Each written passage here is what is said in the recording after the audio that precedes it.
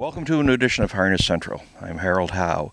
Today we're at the Richard Morrow Farm near Campbellville with Eric Ell to talk about J.L. Cruz, who's going to win the Maple Leaf Trot, right? Oh, we hope so. We hope so.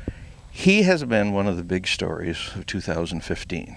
And it's one of those stories that everybody wishes they were part of.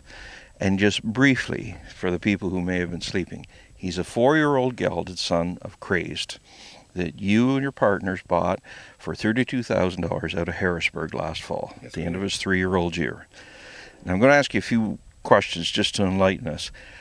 There's a lot of people don't believe in buying horses out of auction sales because they say they're buying somebody else's problems. But that's kind of your game? It is kind of our game, and there is a lot of truth to that. This was a rags to riches story. It doesn't happen once in a lifetime, but we've done very good at Harrisburg.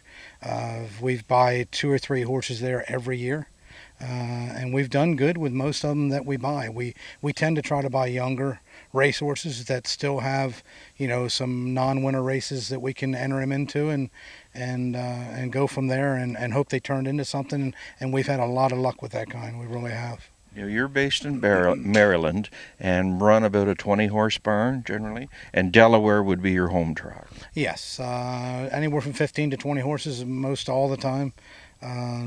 Delaware will race there all winter at Dover, and then in the spring we branch out all over. We're 6 different tracks sometimes, anywhere from Chester to the Meadowlands to Yonkers to Pocono to even Rosecroft in Maryland. Right. So. Now, you're at Harrisburg last fall. You were kicking tires.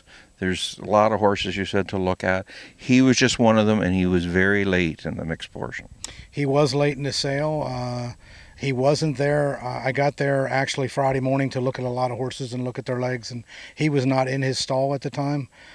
We went back there Saturday morning, and he still wasn't there. So I didn't look at his legs until maybe 20 minutes before he walked in the ring, and I was able to find him and kind of went over him quick, and he looked good as far as no soft tissue or anything like that, and we took a shot. 32 was the number. Obviously it was the right number. It was a great number, but when you're driving home and you're thinking about your purchases, did it seem like, yeah, this is a good buy, or just, we hope for the best? I thought it was a good buy. 32, you can make money. By the time you advance from a non-winners of 2 to the through the non-winners of 5 that they have at Dover, and then it branches into like a non-winners of 50 life, and then it goes to 75 life. So by the time you get through all your steps, you can pay for a $32,000 purchase. Has anybody come to ask you why you're so smart? No. Or why they're so stupid that they passed on them? No. I've had about 6 or 7 different people that said they were the underbidder. So I can't believe there were that many underbidders. But there's a lot of people that are wishing they kept their hand up a little bit longer. But so now you raced him through the Winter Series at the Meadowlands after Dover, and he just went from strength to strength to strength.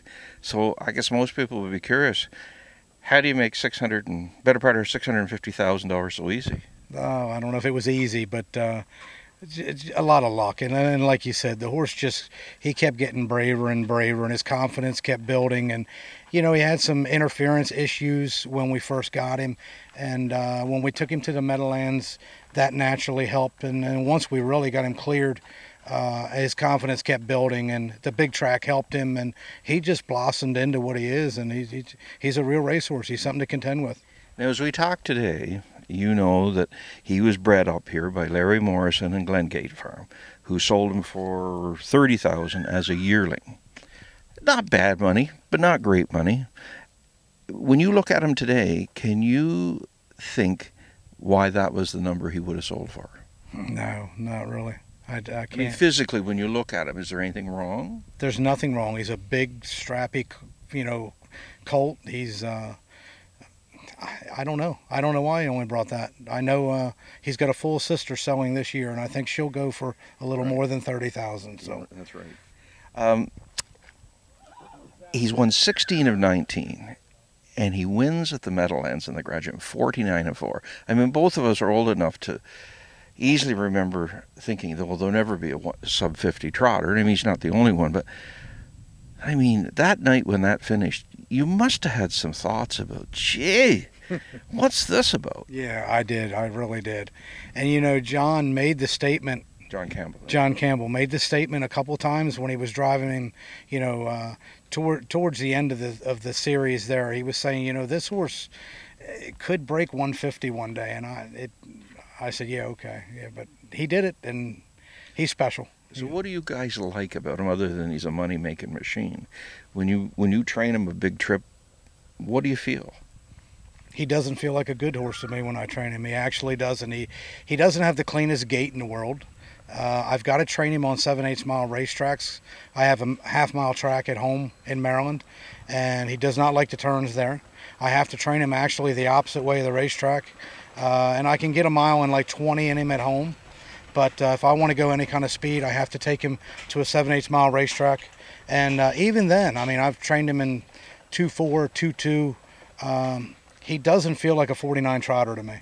But, you know, I guess when he really gets to showing the speed, maybe he'll level out. But you mentioned the half-mile track, and you just told me that you've turned down an opportunity to race in the international trot, largely because the half-mile track just isn't his thing. Exactly. I never could train him on my half-mile home. And when they called me for the international trot, it's just so hard to turn down $1 million race. So I took him over to Harrington Racetrack on their half, bigger turns than mine. And I trained him there, and I did train him in 2.6. I come a half in a minute, and he trained well. And I called Yonkers, and I told him that, yeah, we'll go ahead and try him.